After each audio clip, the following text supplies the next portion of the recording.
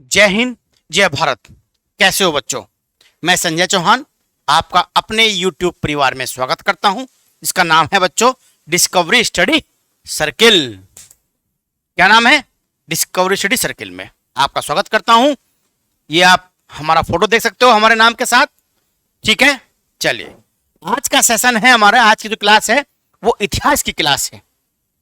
इससे पहले जो इतिहास की क्लास हुई उसमें मैंने आपको पाषाण काल के बारे में बताया था, और पाषाण काल को 3 भागों में हमने बांटा है: पुरा पाषाण काल, मध्य पाषाण काल और नव पाषाण काल। पुरा पाषाण काल को भी फिर 3 भागों में बांटा गया। उच्च पुरा पाषाण काल, इसे हम निम्न पुरा भी बोलते हैं।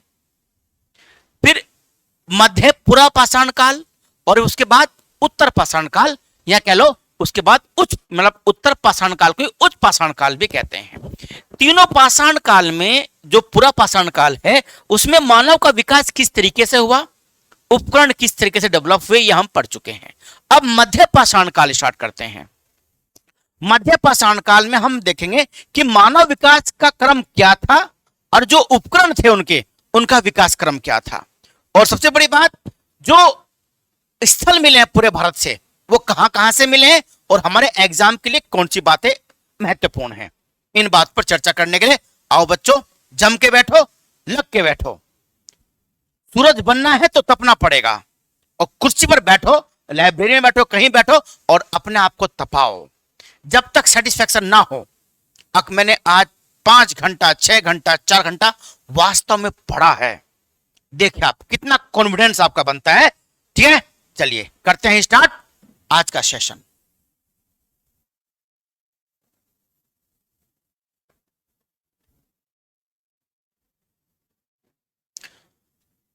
मध्य पाषाण काल बच्चों, मध्य पाषाण काल 10,000 से 7,000 ईसा पूर्व बोलते हैं, कुछ लोग 4,000 तक भी मानते हैं। 4,000 BCE, बिफोर कॉमन एरा बोलते हैं। मध्य पाषाण काल को अंग्रेजी में मीसोलिथिक बोलते हैं। क्या बोलते हैं? मीसोलिथिक। एक्चुअली मध्य का मतलब यह है पुरा पाषाण काल और नव पाषाण काल के बीच का समय मध्य पाषाण काल।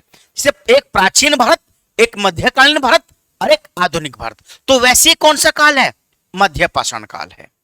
मध्य पाषाण काल एक प्रकार से पुरा पाषाण काल और नव पाषाण काल के बीच का संक्रमण का युग है।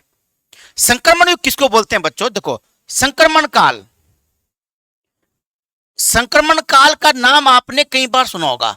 ये वो संक्रमण नहीं है जो आप सोच रहे हैं ना, इन्फेक्शन हो गया, मेरी TLC बढ़ गई और दवाई खानी पड़ेगी, इंजेक्शन लगाना पड़ेगा, तो वो संक्रमण नहीं है। ये संक्रमण का मतलब होता है जब कुछ पुरानी परंपराएं भी बनी रहे और नई परंपराएं भी लागू हो जाएं, यानी पुरानी चीजें भी बिल्कुल समाप्त ना हो और नई चीजें भी बिल्कुल से एकदम से स्वीकार ना हो, तो ऐसे काल को बोलते हैं बच्चों संक्रमण काल। क्या बोलते हैं? संक्रमण काल बोलते हैं ऐसे काल को।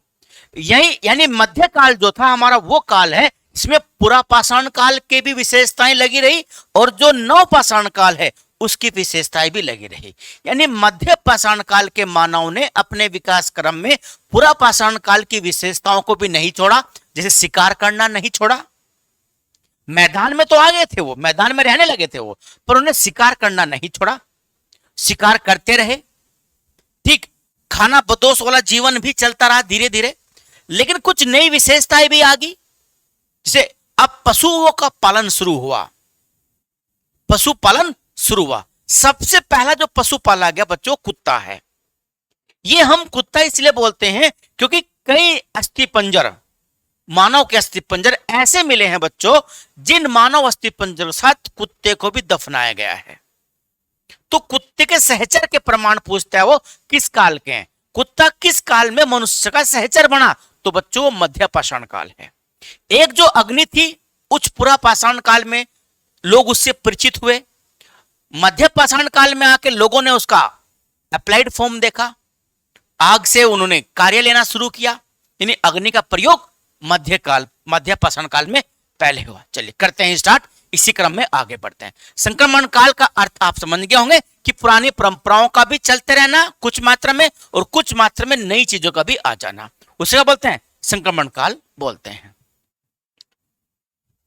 इस काल की मैंने कहा था कि सबसे प्रमुख विशेषता बच्चों अंत्येष्टि है, क्योंकि इस काल में ना जो बहुत ज्यादा प्रमाण मिले हैं, जो बहुत ज्यादा स्थल मिले हैं, उन स्थलों से अस्थि पंजर बहुत मिले हैं, दफनाए हुए शवाधान बहुत मिले हैं। दमदमा एक जगह है उत्तर प्रदेश में, दमदमा से अकेले 40 यानी लगभग 40 प्लस शवाधान मिले हैं एक जगह से। और इस काल में पूरा मानव अस्थि पंजर के प्रमाण मिलते हैं। हथनोरा का जो प्रमाण है, ध्यान रखना बच्चों, हथनोरा का जो प्रमाण है, जो मैंने आपको बताया था, हथनोरा का प्रमाण, वो जो अरुण सोनाकिया ने जो खोज करी थी, वो मानव की खोपड़ी है, वो मानव की खोपड़ी, ऊपर कंकाल नहीं है। पर मध्य पाषाण काल में भारत के अंदर संपूर्ण यानी पूरा मानव कंकाल मिलना शुरू हो गया था। मैंने कहा था ना आपको, अब जैसे पशुपालन शुरू होगा, लोग बाग एक साथ जुड़ेंगे, बैठेंगे एक साथ, संबंध बनेंगे, संबंध बनेंगे धीरे धीरे। जब लोग एक दूसरे की आवश्यकताओं की पूर्ति करेंगे, एक आसपास बैठेंगे, एक साथ रहेंगे, तो भावनात्मक विकास भी होगा, भावनाएं भी डेवलप होंगी दूसरे के लिए, जनसंख्या में वृद्धि भी होगी, तो मानव अस्थि पंजर ज्यादा मिलेंगे संख्या में, जाहिर सी बात है। तो ये बात थी बात। तो चलिए आगे चलते हैं, देखते हैं इसमें क्या क्या चीजें हैं। मध्य पाषाण काल यानी मीसोलिथिक एज या मिडिल स्टोन एज बोलते हैं अंग्रेजी में, मेसोलिथिक एज या मिडिल स्टोन एज बोलते हैं। मेसोलिथिक दो शब्दों से बना है, मेसो और लिथिक, मेसो और लिथिक। ये दोनों शब्द बच्चों यूनानी शब्द हैं। क्या शब्द हैं? यूनानी। मेसो शब्द का अर्थ, मेसो बना मिसोस, मेसोस से, मेसोस, मेसोस का अर्थ होता है मध्य। लिथिक बना लिथोस से। किससे बना? लिथोस से बना। लिथोस का अर्थ होता है पाषाण, पाषाण यानी पत्थर, ये लिथोस का अर्थ है। तो मध्य पाषाण काल, मेसोलिथिक एज या मिडिल स्टोन एज या मध्य पाषाण काल, ये इसका टाइम पीरियड है। ये क्या क्या इसका अर्थ मैंने आपको बता दिया। मध्य पाषाण इसलिए बोलते हैं कि पूरा पाषाण काल और नव पाषाण काल के बीच का है, बहुत लंबा समय ही नहीं रहा। देखो 10 साल से कुछ 7,000 मानते हैं, कुछ लोग 4,000 तक मानते हैं, बहुत लंबा ये पीरियड नहीं रहा। ये एक प्रकार का संक्रमण काल था। कैसा काल था? संक्रमण काल। इस काल में अस्थि पंजर ज्यादा मिलते हैं। अंत्येष्टि इनकी प्रमुख विशेषता थी। अंत्येष्टि विशेषता का मतलब क्या था, मैं आपको बताता हूं। अंत्येष्टि का मतलब क्या था, यह आप जरूर लिख लीजिएगा साथ में, ये बहुत महत्वपूर्ण फैक्ट है, ठीक है। चलिए, अंत्येष्टि का मतलब क्या था? देखो बच्चों,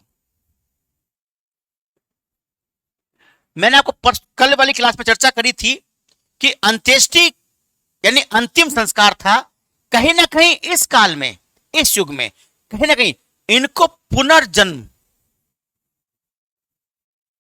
में विश्वास होने लगा था। ऐसे तमाम अस्थि पंजर मिले हैं जिनके साथ घरेलू सामग्रियां मिली है, यानी दैनिक आवश्यकताओं की वस्तुओं के भी प्रमाण मिले हैं। सहचर के रूप में कुत्ते के प्रमाण मिले हैं।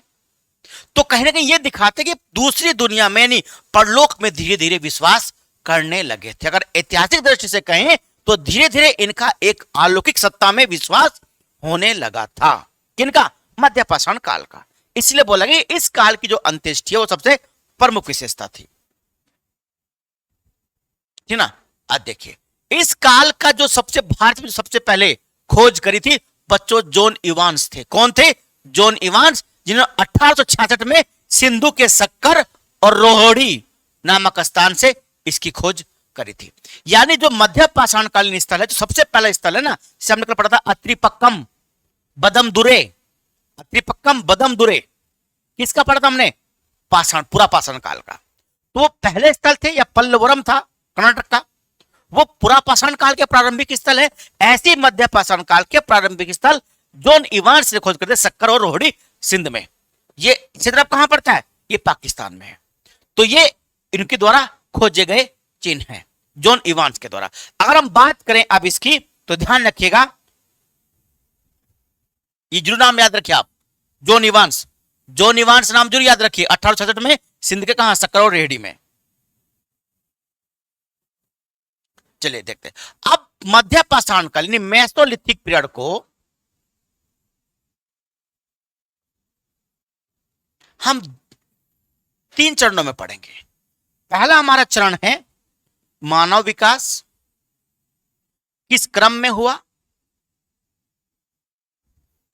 दूसरा हमारा चरण है उपकरण विकास किस क्रम में हुआ, उपकरण का विकास किस तरीके से हुआ, कौन कौन से नए औजार और नए हथियार प्रयोग हुए, कौन कौन से पुराने बने रहे, और स्थल जहां जहां से हमें ये प्राप्त हुए। 3 कैटेगरी में हम इसको बांट के पढ़ेंगे। मानव विकास, उपकरण का विकास कैसे हुआ, और आपका बच्चों स्थल किस तरीके से काम करते थे।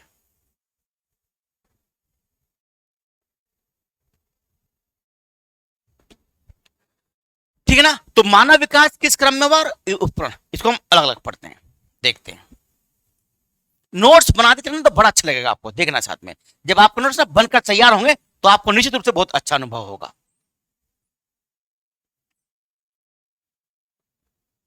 पहले हेडिंग मान लीजिए आप मानव विकास। मानव विकास, मानव विकास के रूप में पढ़ते हैं। जो निवांश ने बड़ी महत्वपूर्ण बात बताई मध्य पाषाण काल के बारे में, तो हम उसमें मानव विकास की बात करेंगे। पहले मानव विकास किस क्रम में हुआ, देखिए। अब मानव ने अग्नि का प्रयोग करना शुरू किया, अग्नि की अप्लाइड फॉर्म सीख ली, भुना हुआ मांस खाने लगा, एक जगह रहने लगा। इस काल की जो सबसे महत्वपूर्ण देन है बच्चों, जो विशेषता है, वह पशुपालन के प्रमाण। किसके? पशुपालन। यानी पशुपालन के जो प्रमाण है, वहां में भीलवाड़ा जिला पड़ता है राजस्थान में, वहां के बागोर से, मध्य प्रदेश के आदमगढ़ से, होशंगाबाद जिले में है, और संगनकल्लू कर्नाटक। संगनकल्लू ये कर्नाटक में है, ये एमपी, और ये बच्चों राजस्थान। ये यहां से मिले। ये मध्य पाषाण काल के सबसे महत्वपूर्ण विशेषता पशुपालन है। संगनकल्लू में ऐश के प्रमाण मिले। ऐश जानते ना, ऐश। आप ना जैसे आप में से कोई बीड़ी सिगरेट पीता ना, पीनी नहीं चाहिए, पर अगर पी नहीं है तो आपको मालूम जरूर होगा। जो ना धुआं छोड़ते हैं, वो जो निकलता है बाद में पीने के बाद, जो ना दूर निकलता है धुआं सा, और बाद में जो अवशेष बचता है उसे ऐश बोलते हैं। बोलते नहीं एस्ट्रे, एस्ट्रे ले आओ, यानी जहां सिगरेट का ना फूल झाड़ते हैं उसे बोलते हैं ऐश। तो ऐसी एक प्रकार से राख मिली है संगनकल्लू से। तो वो जो हमको ये दिखाता है, ऐसी बागोर से मिली, ऐसी आदमगढ़ से मिली है, वो हमको क्या दिखाता है, एक साथ बहुत सारी गोबर की राख मिली है कि पशुपालन प्रारंभ हो चुका था बागोर, आदमगढ़ और संगनकल्लू में। जब पशुपालन शुरू होगा, उनमें सबसे ज्यादा महत्व के पशु जो था वो बच्चों कुत्ता था। आखिर कुत्ता ही पहले सहचर क्यों बना मानव का? जंगली जानवरों से रक्षा के लिए। बच्चों आप जानते हैं कुत्ते को बहुत वफादार माना जाता है मनुष्य का। कुत्ता एक ऐसा जीव है जो अपने मालिक की खुशबू को, उसकी स्मेल को बहुत दूर से सूंघ सकता है। जो पशु होते हैं ना, पशु पक्षी, इनकी स्मेलिंग पावर बहुत तेज होती है, सूंघने की जो क्षमता है इनकी वो बहुत ज्यादा होती है। ये सूंघने से ही मेल और फीमेल में अंतर कर पाते हैं। भैंस और भैंसा ये मालूम नहीं है, ये उनको थोड़ी मालूम है कि भाई भैंस सबके सींग एक जैसे होते हैं, सबके पूंछ नाक मुंह एक जैसे होते हैं, स्मेल से पहचानते हैं। ऐसी गाय या फिर आपका सांड हो या बैल हो, एक दूसरे के स्मेल से पहचान पाते हैं ये किस प्रजाति के हैं। इसी तरीके से कीट पतंगे होते हैं, पक्षी होते हैं, जो एक दूसरे के स्मेल से। तो कुत्ते की स्मेलिंग पावर ज्यादा होती है, सबसे ज्यादा है। तभी तो कुत्ते को पुलिस वाले, मिलिट्री वाले ना नई चीज खोजने में इस्तेमाल करते हैं। एक बार जो स्मेल, और दूसरी बात कुत्ते के अंदर यह क्षमता भी होती है, वो स्मेल को सेपरेट कर सकता है। एक घर में अगर 10 आदमी हैं, तो क्योंकि हर एक बंदे की स्मेल ना, बॉडी की जो बदबू या खुशबू होती है, वो हमको नहीं आएगी। हम सेंट लगाएं या ना लगाएं, परफ्यूम लगाएं ना लगाएं, हमारे अंदर से एक स्मेल निकलती है। वो हर व्यक्ति की अलग स्मेल होती है, लेकिन वो जो स्मेल होती है ना, वो हम लोग जान नहीं पाते उसको। लेकिन जो कुत्ते बिल्ली हैं, वो उसको पहचान लेते हैं। आपका कुत्ता घर में और आप अभी कई मकान दूर हैं, आधा किलोमीटर दूर हैं, तभी कुत्ते को हो जाएगा एहसास कि मेरा मालिक आ गया है। शेरू का मालिक आ गया है ना। शेरू, टॉमी, ये ना पुराने नाम है ना। चले खैर, तो ये जो मेरा मालिक, क्योंकि उसको स्मेल आती है, इसीलिए जब कुत्ता कहीं जाता है दूर तो वो बार बार यूरिन करता है। यूरिन करने के बाद तो उसको सूंघेगा, जो वापस आएगा तो उसी दुर्गंध के साथ, यूरिन की जो खुशबू है उसकी अपनी, उससे वो चला जाएगा अपने घर वापस। तो इसलिए जो कुत्ता था, जो पशु पालते थे, तो एक तो रात के समय जब अंधेरा होता था तब थोड़ी सीएफएल होती थी या एलईडी होती थी, तो अंधेरा पूरा छा जाता था। तो उस अंधेरे में जंगली जानवरों से उनके पशुओं की रक्षा करता था वो कुत्ता। दिन के समय रक्षा करता था पशुओं की। पहाड़ों में तो अभी भी जो लोग भेड़ गाय चराते हैं वो अपने साथ एक दो कुत्ते जरूर रखते हैं। और यही नहीं, हमारे क्षेत्र में जब पशुपालन हुआ करता तो साथ में एक दो कुत्ता जरूर होता था रक्षा करने के लिए। वो खतरे को पहले भांप लेता था। देखिए किस तरह के लोग थे वो। उन्हें कुत्ते को सबसे पहला अपना सहचर पशु बनाया। तो धीरे धीरे मानव की बुद्धि का डेवलपमेंट हो रहा था। जब उसने भुना हुआ मांस खाया तो बुद्धि की तंत्रिकाएं खुली, मानव का विकास होना शुरू हुआ। उसने जब पशुपालन किया तो पशुपालन के बच्चों उद्देश्य क्या रहा होगा? क्या दूध बेचना उद्देश्य था? नहीं नहीं। दही जमाना है, खीर खाना था? नहीं नहीं। ये तो फिर क्या उद्देश्य था? उद्देश्य यह था बच्चों, एक तो उनको पशु एक साथ समूह में मिल जाया करते थे। पशु का उत्पाद वो किस रूप में प्रयोग करते ये मालूम नहीं, क्योंकि उस समय मृदभांड नहीं मिले हैं। अगर दूध वो इस्तेमाल करते तो दूध को किसी न चीज रोकने के लिए ना कुछ मिट्टी के बर्तन चाहिए थे, पर मध्य पाषाण काल में हमें कहीं पर भी मर्दभांड के प्रमाण नहीं मिलते, वो हमें नव पाषाण काल में मिलते हैं। जब तक मर्दभांड नहीं आएगा तो दूध को आप कैसे भैंस के उससे निकालोगे? तो कहीं ना कहीं जो पशुपालन था वो शिकार के लिए था, वस्त्रों के लिए था, उनके चमड़े मिल जाता था, उनको आसानी से चमड़ा उपलब्ध था, ठीक ना। इसीलिए जो खुरचनी वगैरह जो छेदक है उस उपकरण का इस्तेमाल मध्य पाषाण युग में ज्यादा मात्रा में हुआ पशु से खाल उतारने के लिए। पहले छोटे मोटे पशु का शिकार करते थे, फिर धीरे धीरे बड़े पशु का शिकार करने लगे, और जब पशु पालने लगे तो धीरे धीरे उनको पशु वहीं मिल जाया करते थे, ठीक ना। शुरू में दूध का उपयोग खाद्य रूप में किया गया है, नहीं किया गया, इसके कोई उपयुक्त प्रमाण नहीं है कि मर्दभांड के प्रमाण नहीं है। तो कहीं ना कहीं जो पशुपालन था वो शिकार के लिए था और उनकी अपनी आवश्यकताओं के लिए था, ताकि उन्हें एक तो ये मिल जाए कि हाँ उनको चमड़ा मिल जाएगा जो उनकी रक्षा करेगा सर्दी से, बरसात से, ठीक ना। गर्मी में तो वैसे ही लोग कपड़े नहीं पहनते, तो क्या चमड़ा का पहनते होंगे, है नहीं। वो दूसरी बात, उसमें बाल शरीर पे बड़े बड़े होते थे ना। शारीरिक बाल क्या करते हैं, शरीर पर होने वाले बाल हमें तेज सर्दी से, बारिश से और गर्मी से बचाते हैं। बाल गर्मी से बाल इसलिए बचाते हैं बच्चों, जब तेज गर्मी आपके शरीर पर पड़ती है तो आपका तुरंत से डिहाइड्रेशन नहीं होता। जैसे पसीना आएगा ना, और पसीना आने के बाद जब वो सूखेगा, पसीना उड़ेगा हवा में, जब वाष्पीकरण होगा तो उष्मा के सिद्धांत के अनुसार उष्मा जब अवस्था परिवर्तन करती है तो अपने अंदर से ही ऊर्जा ग्रहण करती है, तो आपका शरीर तापमान ठंडा हो जाएगा, को ठंडक लगी। ये सब काम उसमें बाल क्या करते थे, पर सर्दी थोड़े बाल बचा लेंगे, तो सर्दियों के लिए वो चमड़ा, तो वो पशुपालन इसलिए किया गया। मानव विकास धीरे धीरे बढ़ता चला गया पूरे भारत में। अंत्येष्टि मैंने आपको बताई कि अंत्येष्टि का विकास बड़े स्तर पर हुआ, ठीक ना। अंत्येष्टि के रूप में उन्होंने जैसे पुनर्जन्म का अवधारणा ही कह रहे, आयोग जीवन में विश्वास करने लगे, भाई इस जीवन से परे भी कोई जीवन है, ये भी तो बुद्धि का विकास है। आज हम सोचे भाई परे भी एक जीवन है, ये बुद्धि का विकास हुआ इस काल में। यानी कहीं ना कहीं मानव में इस तरह की चेतना आने लगी थी। ये उस समय का मानव का विकास था। अगर हम बात करें उपकरणों की,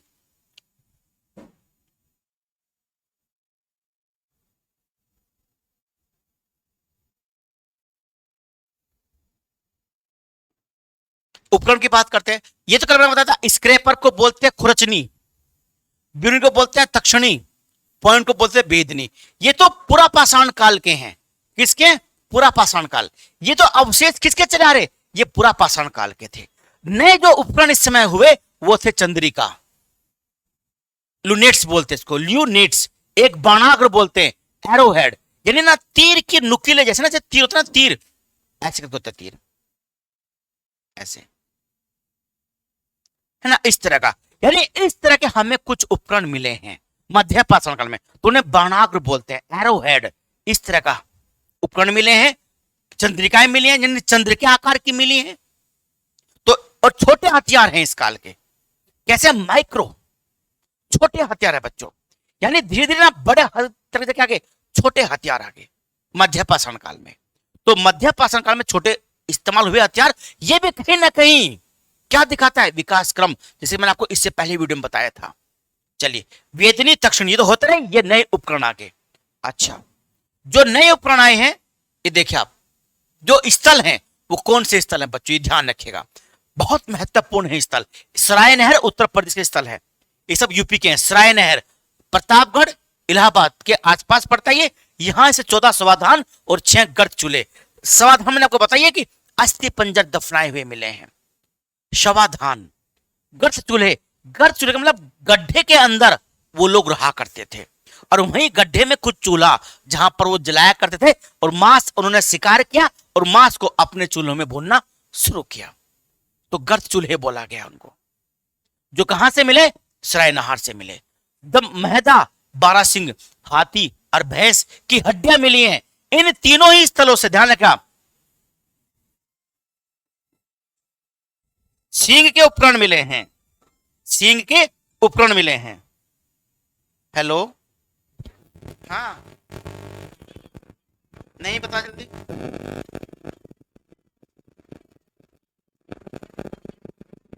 ठीक है, ठीक है, ठीक है, ठीक है, ठीक है। अब मैं वीडियो बनाना, बात करूंगा।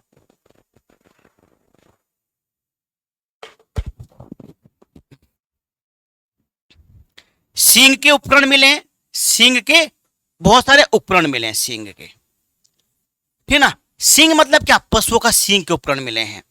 हड्डियां मिली हैं पशुओं की, पक्षियों की बहुत सारी, तीनों ही स्थलों से मिली है। बारहसिंगा, हाथी, भैंस के प्रमाण ये महदा से मिले हैं। प्रमाण मतलब क्या, इनकी हड्डियां मिली हैं। दमदमा से क्या, 41 समाधान और सिलबट्टे मिले हैं पत्थर का, ना सिलबट्टा, जहां से ना, जैसे गांवों के अंदर, आप तो बल्कि शहरों में भी और गांव में भी धीरे धीरे आ रहा है। हालांकि गांव में ये कल्चर समाप्त हो चुका था ना, एक सील होती है ऐसे करके, उस पर एक सिलबट्टा होता है, नमक हो गया, चटनी होगी, वो उसी पीसा करते थे। अब तो क्या, डाला मिक्सी में, शुर पीस दिया, नहीं, उससे मजा नहीं आता। जब तक पसीना ना निकले, मेहनत ना हो ना, तब तक चटनी बनने में मजा कहां आता है। कहीं ना कहीं फिर दोबारा से व्यक्ति, कहा था ना मैंने आपको, इतिहास दोहराता है। कार्ल मार्क्स ने कहा था, इतिहास स्वयं को दोहराता है, यानी जो पहले था वो वर्तमान में जरूर आता है। देखा आपने, जो महिलाएं प्लाजो पहनती हैं, वो पजामा था पुरुषों का, जो क्या बन गया महिलाओं में आकर, प्लाजो बन गया। ये आपने देखा जो पुरानी रानियां हुआ करती थी, रानी महारानी, या पहले, आज से 100 साल पहले की मूवी देखो आप, उन मूवियों में ऐसे ही पहना करती थी वो, तो उसी तरह का तो आज फैशन आ गया, बस थोड़ा मॉडिफाई है, विचार तो वही है। ये देखिए आप, तो पुरानी चीजें वापस आती हैं। तो मेरा कहना मतलब ये है कि ये जो सिलबट्टा है, ये प्रमाण सिलबट्टे पहले प्रमाण दुनिया में मिले हैं तो दमदमा से मिले हैं। पत्थरा सिलबट्टा है, यानी वो सिलबट्टे पे क्या पीसते थे, वो क्या मसाला पीसते थे, हल्दी, जीरा, नमक या चटनी, नहीं, वो सिलबट्टे का इस्तेमाल मांस को गलाने, मांस को बारीक करने या इस तरह कुछ इस्तेमाल करते होंगे जरूर, ताकि उनको मांस, जो भुना हुआ मांस है ना, जो रोस्टेड चिकन है ना, लेग पीस खाते हो ना आप लोग, चलिए, तो लेग पीस यानी मांस भून कर उसको बारीक कर, हो सकता है कि उसका कबाब बनाते हो सकता है कि उसको बारीक करके पीसते हो, तो ऐसे सिलबट्टे प्रमाण हमें दमदमा से मिले। 41 समाधान मिले। ये सब तीनों स्थल कहां पर है, उत्तर प्रदेश के महत्वपूर्ण स्थल हैं। अब देखिए राजस्थान का स्थल कौन सा बताना भी आपको, बागोर, नीम बहेरा और चामू, इन तीनों ही स्थलों से सबसे पहले बागोर से हमें मिले हैं पशुपालन के प्रमाण, ठीक ना, यहां से बागोर से, और इन तीनों जगह से हमें अन्य पशु और पक्षियों की भी हड्डियां मिली हैं, उनके प्रमाण भी मिले हैं। ये स्थल कहां पर है, ये तीनों स्थल राजस्थान में। एमपी कौन सा, आदमगढ़, कुत्ते के पालतू होने के प्रमाण आदमगढ़ से मिले हैं। होशंगाबाद भेड़, क्योंकि यहीं पर एक कब्र मिली है, क्योंकि मध्य पाषाण काल की महत्वपूर्ण विशेषताओं में कब्रगाह ही है, कब्र ज्यादा मिली है। तो उन्हीं में क्या है, कुत्ते के भी अस्थिपंजर एक व्यक्ति के साथ मिले हैं। एक व्यक्ति के साथ कुत्ते के अस्थिपंजर का मिलना यह है, कहीं ना कहीं कुत्ता उनका बहुत प्रिय पशु रहा होगा। ये है बिहार कौन सा है, राजगीर है बिहार का। कौन सा, राजगीर। अब कर्नाटक और तमिलनाडु, ये दो स्थल हो रह गए, ये भी इंपॉर्टेंट है बहुत। संगनकल्लू मैंने बताया भी आपको, यहां से एस के प्रमाण मिले हैं। एस मतलब क्या, एस बोले तो धुएं, धुएं वो फूल, उसके प्रमाण मिले हैं। तमिलनाडु से क्या मिला, टेरी और मेघनापुरम। ये दो स्थल कहां पर है, तमिलनाडु में, टेरी और मेघनापुरम। यहां से हमें मध्य पाषाणकालीन समाधान मिले हैं, कब्रगाह मिले हैं और पशुओं के प्रमाण मिले हैं। तो ये मानव विकास था मध्य पाषाण काल का। प्लस अग्नि इसी काल में प्रयोग हुई। अब इसके बाद आता है नवपाषाण काल, न्योलिथिक पीरियड।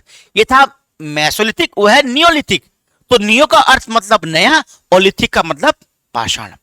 तो अगली जो क्लास होगी वो नवपाषाण काल के लिए होगी। किसके लिए होगी, नवपाषाण काल के लिए।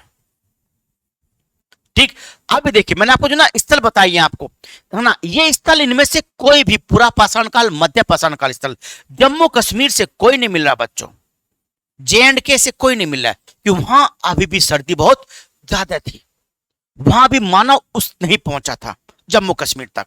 तो सर्दी क्या थी अभी वहां ज्यादा। नवपाषाण काल में आके हमें वहां पर से भी हमको गड्ढे वाले घर, गर्त आवास के प्रमाण मिलेंगे, यानी वो जमीन के नीचे रहा करते थे।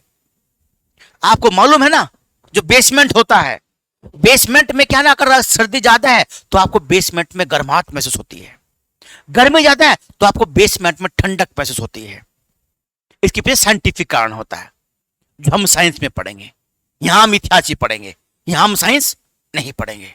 चलिए, तो गड्ढे वाले घर हमें जम्मू कश्मीर से मिले हैं, जानते हो आप, बुर्जहोम और कहां से, बुर्जहोम से मिले ना, गुफार काल, गुफार काल और बुर्जहोम से हमें गड्ढे वाले घर मिले, वो नवपाषाण काल के हैं। नवपाषाण काल अपने आप में क्रांतिकारी काल है। मृदभांड के प्रमाण हुए, यानी चाक के प्रमाण हुए, पहिए के प्रमाण हुए, वो इसी काल के हैं। जब मृदभांड बनेगा तो देखिए विकास क्रम क्या है। तो नवपाषाण काल अगली क्लास में, उससे अगली क्लास फिर मानव विकास की होगी। निएंडरथाल, ऑस्ट्रेलोपिथेकस, रमापिथेकस, ठीक ना, जावा मनुष्य किसको कहते हैं, इन सब में क्या क्रम रहा है, क्या डार्विन का जो सिद्धांत है सर्वाइवल ऑफ द फिटेस्ट वो लागू होता है, बिल्कुल होता है लागू। तो उन सब पर हम चर्चा करेंगे नवपाषाण काल की अगली क्लास में, और इससे अगली क्लास जो होगी बच्चों वो नवपाषाण काल की होगी। ये क्लास केवल मध्य पाषाण काल के लिए थी। हमारे एग्जाम के पॉइंट ऑफ से बहुत बातें इंपॉर्टेंट है। सिर्फ मध्य पाषाण काल जो है वो पीरियड है, उसमें उसकी खोज किसने करी, पहला स्थल कौन सा है, पशुपालन के प्रमाण पहले कहां से मिले, खोज किसने करी, है ना, तुमने ना, जॉन इवांस, सक्कर, सिंध, जो वो प्रमाण याद रखेगा आप। कहां से पशुपालन के प्रमाण मिले, बागोर, आदमगढ़, संगनकल्लू। तमिलनाडु में कौन सा स्थल है जहां से मध्य पाषाण काल मिले, टेरी और मेघनापुरम। कर्नाटक में कौन सा है, संगनकल्लू। एच के प्रमाण कहां से मिले, संगनकल्लू से मिले। दमदमा, मधार, सराय नहर उत्तर प्रदेश के महत्वपूर्ण मध्य पाषाण कालीन स्थल है। अंत्येष्टि या अंतिम संस्कार या पुनर्जन्म के प्रति एक जानकारी, एक चेतना लोगों में कहां पर आई, मध्य पाषाण काल। कौन सा काल संक्रमण काल है, मध्य पाषाण काल। कौन से काल में चंद्रिका, तीन हथियार चंद्रिका वाला, चंद्रिका, अरे कौन आपका और तीन दो हथियार, वो सब हथियार कहां कहां इस्तेमाल हुए, ये देखिए आप। वाणाग्र हेड थे ना, वाणाग्र चंद्रिका, ये मध्य पाषाण काल के। बाकी ये भी चलते रहे, ये और अधिक परिष्कृत हो गए, सुधर गए, इनमें फलक और तेज हो गए, इनकी धार और तेज होगी, ये चीज थी। और एक ये आपको याद रखने, ऐसा नहीं सारे क्वेश्चन मध्य पाषाण काल से आएंगे, पर मध्य पाषाण काल का एक ओवरव्यू आपके दिमाग में हो तो आपसे क्वेश्चन गलत नहीं होगा। एक क्रम से हम चल रहे हैं और क्रम से चलते रहेंगे। नेक्स्ट क्लास नवपाषाण काल। ये बच्चों जो पहली बार है वो चैनल सब्सक्राइब जरूर करें, आपको निश्चित रूप से लाभ होगा। एक कहानी की तरह हम लोग पढ़ते चल रहे हैं और आपको मैं जितना संभव हो सकता है उतना अच्छा करने का प्रयास आपके साथ कर रहा हूं, करता रहूंगा, ये आपसे मेरा वादा है। डिस्कवरी को सब्सक्राइब करिए, डिस्कवरी के साथ जुड़िए, अपने ज्ञान बढ़ाइए और आपका जो लक्ष्य है उस पर हम ईश्वर से तहे दिल से प्रार्थना करते हैं कि आपको उसमें जरूर सफलता मिले। जय हिंद, जय भारत।